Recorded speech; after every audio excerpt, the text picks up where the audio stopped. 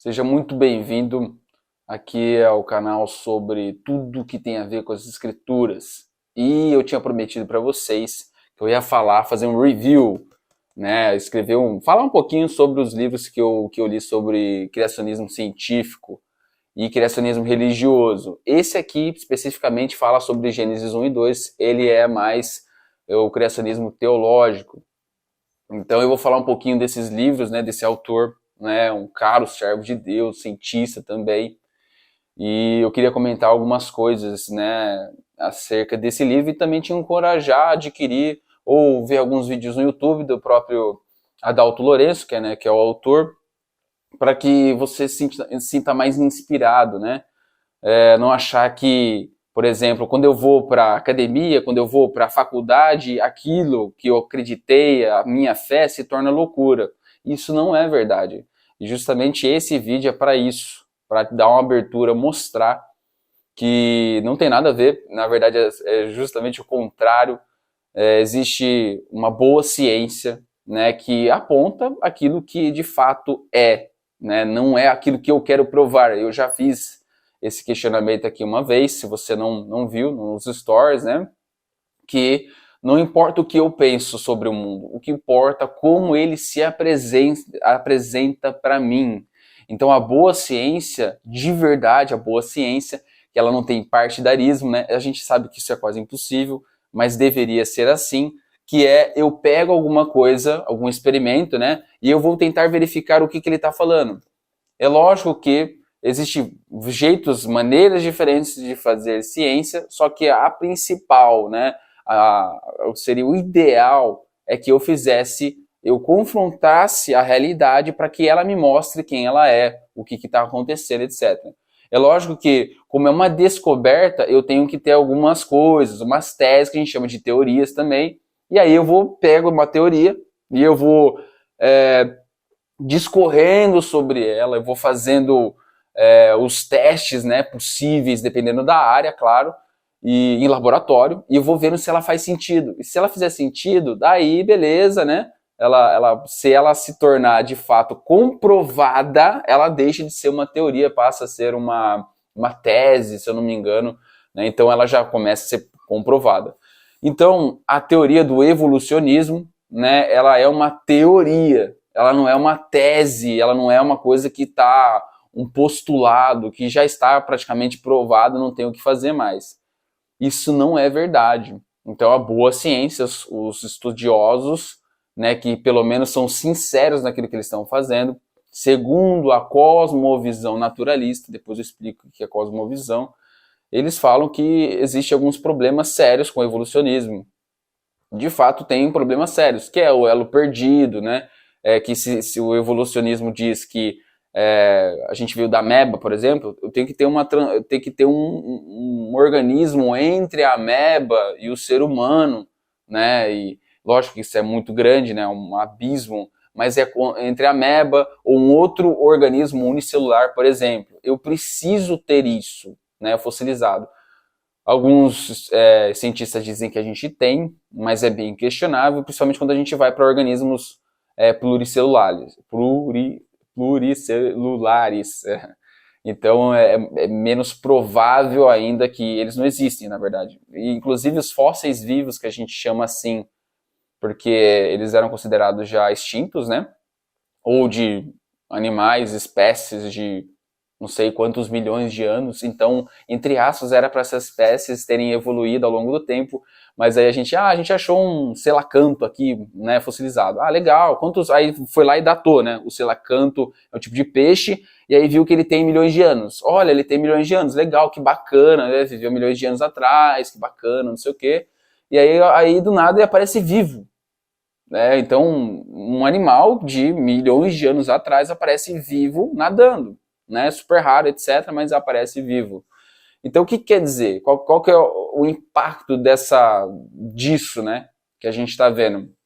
O impacto é que como que pode um animal que se de fato viveu há milhões de anos atrás, o mesmo espécime com sem características, não muda as características dele, quer dizer então que é um argumento fraco, né, em relação ao evolucionismo, né? sempre é possível melhorar, entre aspas, né? Sempre é possível melhorar segundo essa lógica. Bom, falando um pouquinho sobre os problemas do evolucionismo, da cosmovisão naturalista, que tudo vem do acaso, não tem nada com nada, explodiu tudo e fez as coisas, né? Não é bem assim, lógico que eu estou sendo bem até pejorativo, né? Satirizando, né? Mas a ideia é que as coisas vieram do acaso, da obra do acaso, né? Tá? Então, a primeira parte do criacionismo científico é mostrar alguns problemas com o evolucionismo. Por que disso? Você fala, então ela vai crescer através de refutar outro, né? Porque a gente já está incrustado na nossa academia, então na escola, tenho certeza você que está me ouvindo aqui, se você chegou no ensino superior, você sabe que isso é como se fosse uma regra. Você chega lá e é isso, né? E aí quando você fala que não é isso, você ou é ignorante, religioso, etc, tá louco, né? Então existe um preconceito, sim, inclusive cientistas, até influenciadores que dizem que isso é uma pseudociência, isso não é verdade, né? Inclusive, o criacionismo científico, como o nome diz, ele é científico. Então, ele usa ferramentas da ciência, laboratório, né, refutação lógica, tudo que você imaginar. Eu não sou perito, tá? Tô falando até como leigo aqui. Mas ele utiliza ferramentas. Então, esse livro é para você que quer ver, de fato, se faz sentido isso ou não, se é lógico, né, se não é... Será que eu tô pirando? Né? Será que a minha religião, né, a cosmovisão cristã, ela está imputando alguma coisa que não tem a ver com a realidade? E a verdade é, que é isso que eu gostaria de falar para vocês, que se Deus é Deus e ele criou todas as coisas, então a ciência, se for apontar a verdade, vai apontar para a verdade que ele diz, né? Então, e a gente não precisa ter medo disso, literalmente, não precisamos ter medo, porque se Deus é Deus, ele é perfeito, ele criou todas as coisas como elas são, então a ciência só vai apontar para aquilo que ele diz, né? Então, a Bíblia, ela não tem objetivo, tanto que aqui está escrito Gênesis 1 e 2, o objetivo na Bíblia não é ser cientista, um livro científico, tá? Mas tem implicações científicas, implicações na ciência, com certeza, porque muda bastante coisa, né? Porque uma diz que tudo foi criado, né? Um livro, né? E a ciência diz que a tese, a teoria, a cosmovisão naturalista diz que não, que veio do acaso, é possível que isso. Então, utilizando argumentos lógicos mesmo, né, a gente vê que não faz sentido essa cosmovisão naturalista, porque existe um problema do início. Lembre-se disso. Toda vez que alguém um ateu refutar você, a sua crença, você pergunta para ele como que foi o princípio, a causa primeira.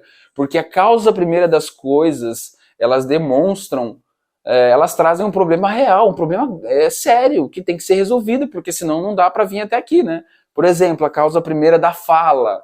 Vocês sabem disso, acho que já assistiram Tarzan, né? Se a pessoa, a criança, não ouve, não exercita a falar, ela não fala nunca mais, né? Ela não consegue. Então, se ela ouve, ela aprende e ela reproduz, né? Apesar da potência estar lá, se ela não faz isso, se ela não exercita isso, ela não vai conseguir reproduzir isso. Então essa ideia que a gente tem que a gente veio do ancestral incomum do macaco, lembre-se disso, não falem besteira, não, a gente não veio do macaco, mas é do ancestral incomum. Então tem um Neandertal aqui, um hominídeo que gerou, né, o homem. E aí também gerou uma outra parte, gerou o macaco. Então a gente não veio do macaco, seria isso aqui, isso não é verdade. Para que a gente não fale besteira, né, e tem argumentos contundentes. Beleza? Então isso é muito importante a gente lembrar. E o objetivo de hoje é eu falar um pouco sobre esse universo do criacionismo científico e também religioso, porque é interessante.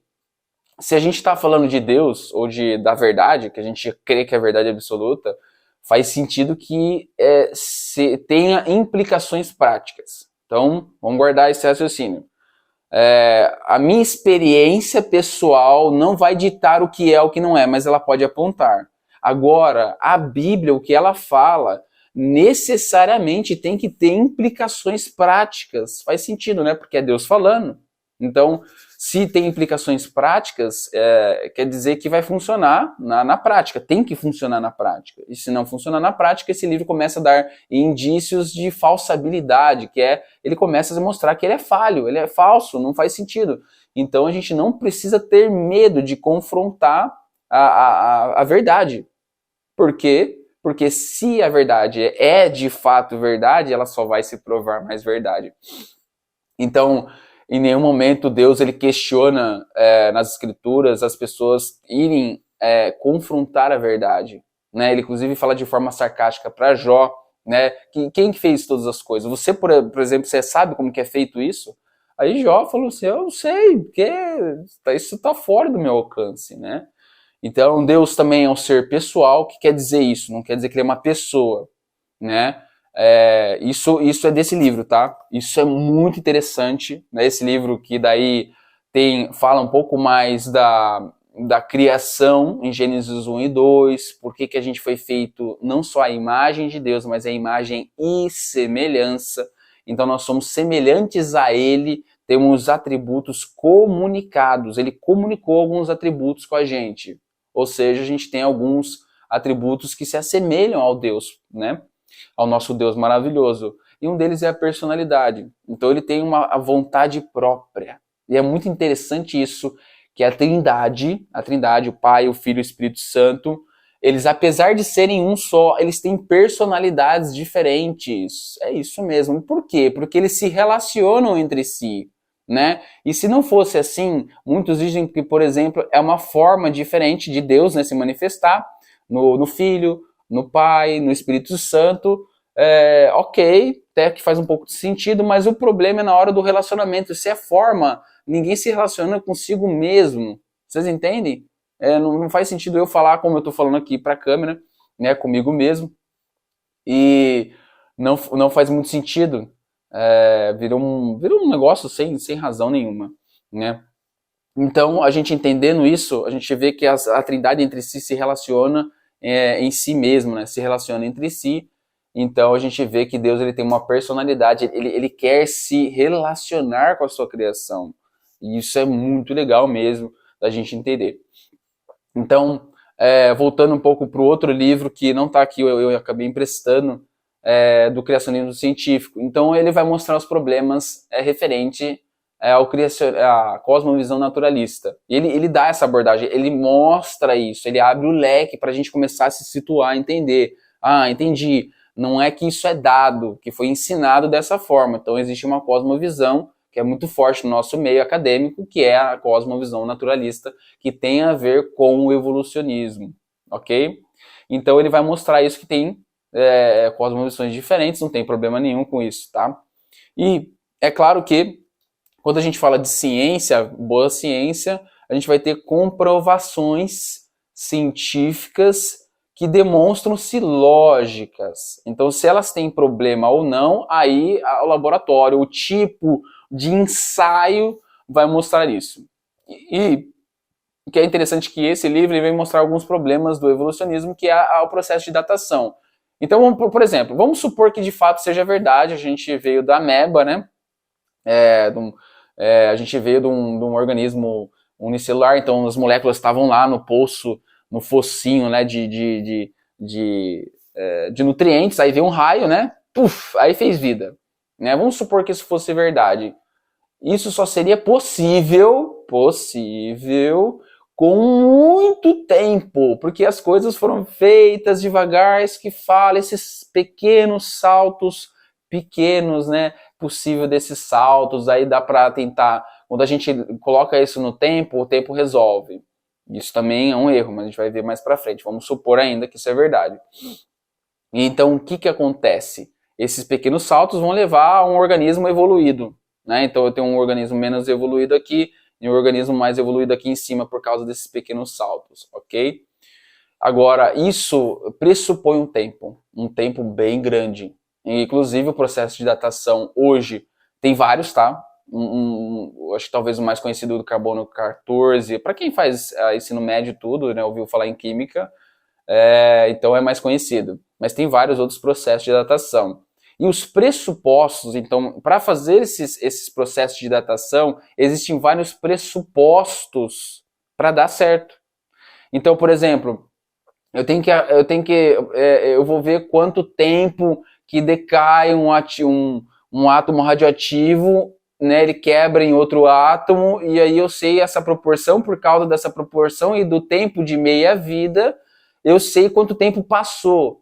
Só que para isso estar certo, eu tenho que estar tudo perfeito aqui. Eu tenho que saber o inicial, olha só, eu preciso saber o inicial e eu preciso ter certeza e a segurança que não aconteceu nada nesse meio tempo. Não deturpou a amostra, não teve infiltração, ou minha amostra azedou, né? Ou, por exemplo, alguma coisa aconteceu que detonou minha amostra. Então eu tenho que ter essa segurança aqui.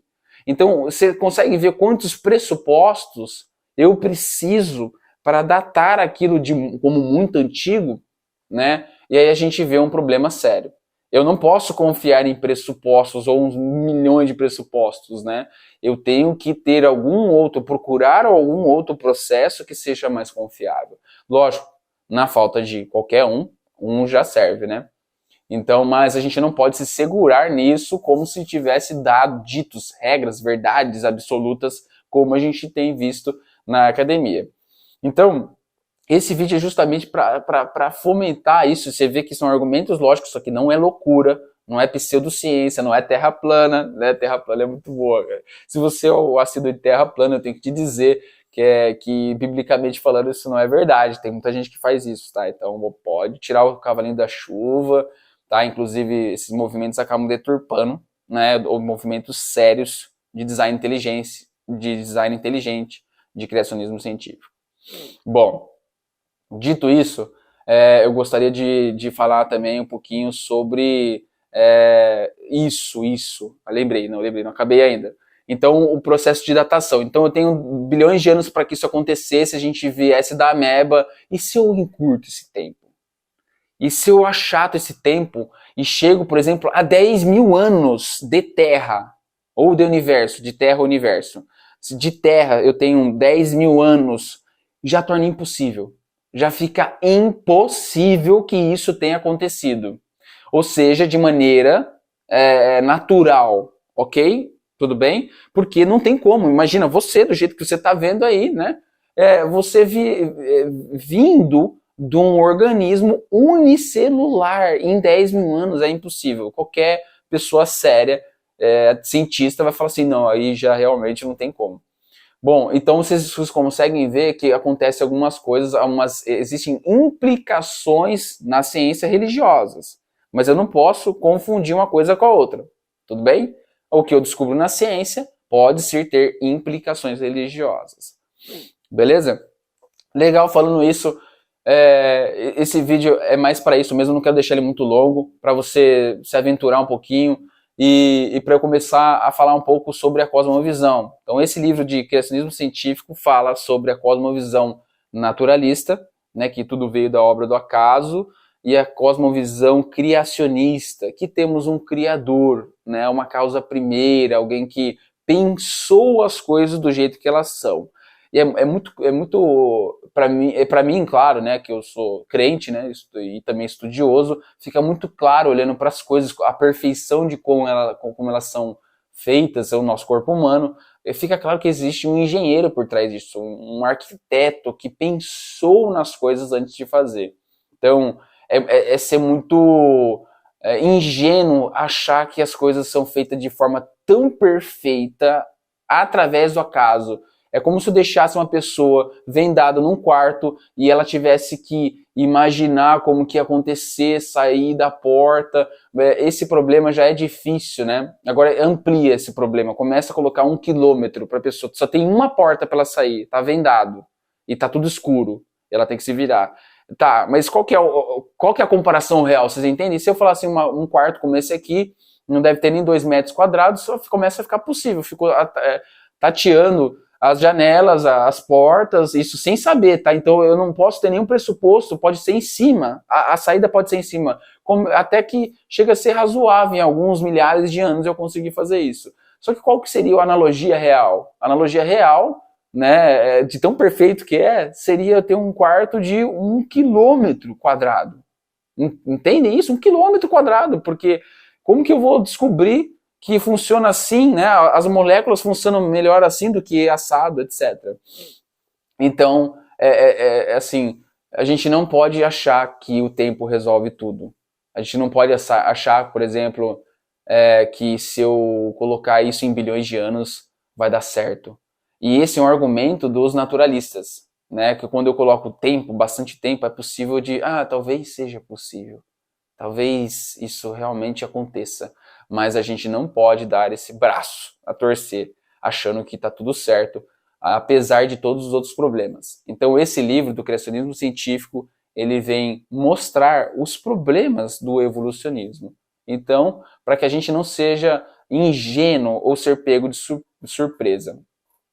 Ok, gente? Gostaria de compartilhar isso com você. Espero que esse vídeo abençoe a sua vida e te dá ânsia, um anseio, né, por aprender mais e adquirir conhecimento justamente para ser usado para a honra e glória de Deus. Não sei se você sabe, mas a sabedoria que até as pessoas que são incrédulas têm, vem dele a verdadeira sabedoria, claro. Tá bom? Fique na paz.